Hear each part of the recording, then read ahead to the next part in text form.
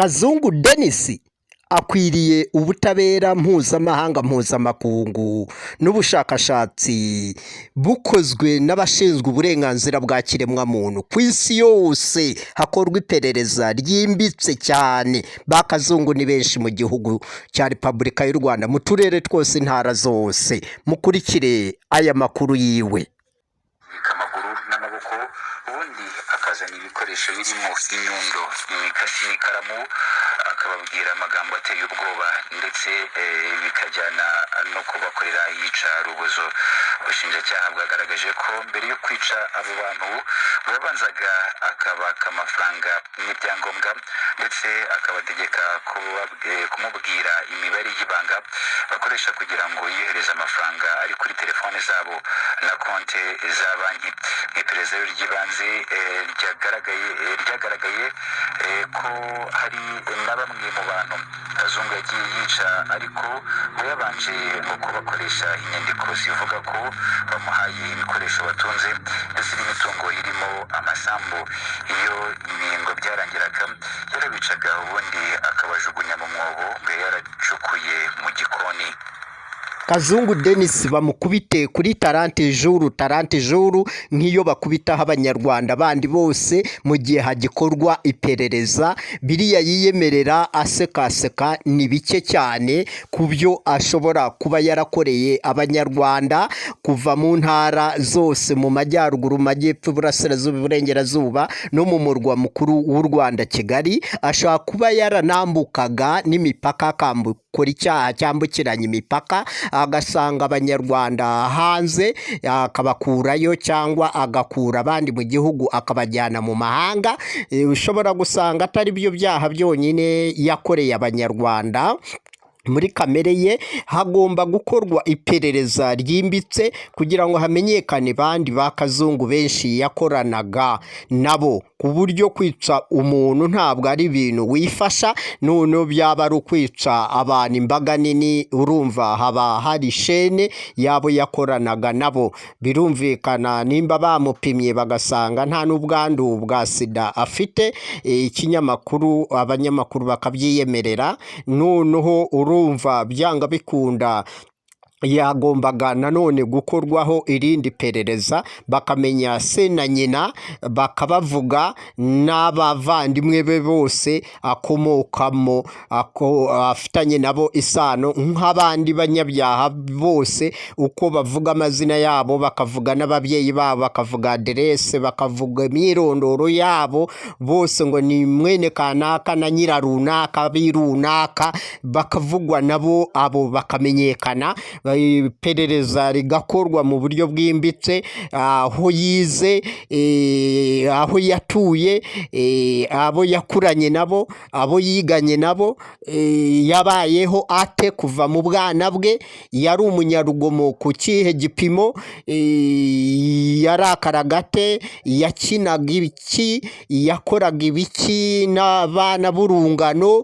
Kuva mu bwana bwe agakorwaho iperereza kwa Gakinya, kuva yavuka kugeza aya magingo ni muntu ki, bakabanza bakamubika kwa Gakinya, agakorwaho iperereza nk'abandi banyarwanda bose uko babikwa kuri tarante juru no muri izo nkiko bakoraho iperereza. Ugasanga imyaka n'utwaka birihiritse bagikoraho iperereza ku muntu atarabona ubutabera. Bo bihutiye bate bihutisha umwana wabo kumujyana mu nkiko, kandi hari abandi baregwa ibyaha bito bakiri kuri tarante juru banakekwaho atari n'ibyo biyemerera cyangwa ngo bafatanywe. We bamufatanye ibihanga, aranabyiyemerera ko yamaze abantu.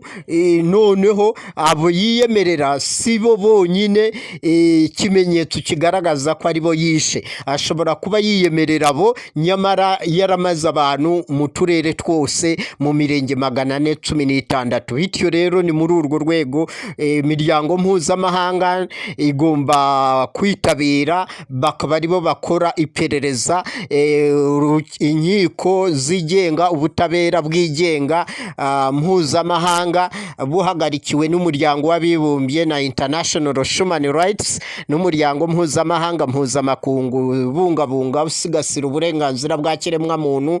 European Union ikaba ihari, African Union ikaba ihari, East African Community ihari, inkiko zose, abantu bose bashinzwe iperereza bahari. Noneho ejo n'ejo bundi batazavaho ngo basanze ngo afite ikibazo cyo mu mutwe, ngo ni umusazi, ngo niyo mpamvu yamaze abantu babesha batekinika kubera ari umwana wabo w'abakomeye. Bityo rero kubera ari umwana w'abakomeye, ubwo bashaka gusisibiranya, batangire bavuge ngo bamukatiye ngo imyaka iyi n'iyi, ngo cyangwa burundu cyangwa yicwe, ubundi bamurekure bamujyane ajye kuryosha mu bindi bihugu, bamwimure mu Rwanda bamujyane mu bindi bihugu ajye kwiberayo. Bityo rero ubwo buryo bwose turabukeka ko bushobora kwifashishwa, bakabukoresha bakamukura mu Rwanda bakamujyana ahandi, cyangwa akaba yakwambara masike akajya yiyoberanya akagira iyindi sura nshasha ya yindi bari basanzwe bamuziho, ikaburirwa irengero mu Rwanda kandi nyamara arimo, cyangwa bakamujyana ku rwego mpuzamahanga naho akahambarira masike, akaba undi muntu mushasha, ikindi cyaremwe gishasha ariko kigakomeza kumara abantu. Iyo killing machine rero, iyo killing machine, human killing machine, uwo mwicanyi, imashini y'umwicanyi wamaze abantu, ubwo ni ukuvuga siwe wenyine, iyo killing machine siyo yonyine, ubwo hari izindi killing machine mu gihugu hose, no mu karere k'ibiyaga bigari no muri Afurika no ku isi yose, ariko bakorana. Bashobora kuba bamwe ari bamwe mu bakuramo imitima mu bantu, impyiko, inyama zo mu nda, ubwonko, amaraso n'ibindi. Babakuramo amaso, bakabakuramo imbone z'amaso, babakuramo ururimi mu kanwa, bakabakuramo amenyo, bakagurisha, bakabakuramo ibice by'imibiri runaka, bikaba byajyanwa ku isoko, haba imbere mu gihugu, haba ku rwego mpuzamahanga mu bihugu bitandukanye bigura ibice by'abantu kubera imyemerere runaka. Ibyo byose rero kuvuga ngo babiri ngo yabatetse mu gisafuriya, ngo yabatetse mu gisafuriya, igisafuriya se cyarabamize, yaryaga abantu se? Ko icyo cyo batacyongeye ko yaryaga n'abantu. Igisafuriya, icyo gisafuriya mu byanditswe mu binyamakuru icyo nacyo ntigisobanutse. Biriya byaha bagiye bashiramo inyorosho ngo ibyaha 10 bamureze, biriya byose birimo inyorosho. Ntabwo iki ari cyo gihe cyo kuba banavuga ngo bamubaruyeho ibyaha ibyo byonyine 10, kandi batabiha n'uburemere, babyaka uburemere bwabyo, babyoroshya nyine. Kandi iyo baza kuba ari abandi banyarwanda, ari abandi baturage, bavuga ibikomeye, babikomeza cyane ko yarimbuye abantu, ko ari umwicanyi, ari umutsembatsembyi, ko yamaze abantu, yamaze rubanda. Bakahita bamufatira ibyemezo, n'ababyeyi be, n'abaturanyi, n'abaki, ubu basombye rubanda, babakozeho iperereza, babamaze abaturanyi bose, ingo zose bazishombye, hafi n'abakure bakubise, bamugize intere ngo yemere, ngo n'aba ngaba ngo nabo barimo, akarinda yemezwa n'inkoni ngo n'aba barimo, kandi batarimo bashaka kugira ngo avuge benshi bose babamarire hagati aho. Ariko umwana wabo we bakamufata neza ku buryo abari no mu itangazamakuru twamubonye bamwerekana yisekera, asakaraho, abona nta kibazo binamubwiye, nta n'ikibazo binamutwaye, avuga n'ubundi ko atagiye gufungwa, n'ubundi ko atari ubwa mbere wenda abikora, ko abikora kimwuga, ubwo azi ko wenda abafatanya nabo bahari bamurengera, bamukingira ikibaba n'ibimenyetso abibona.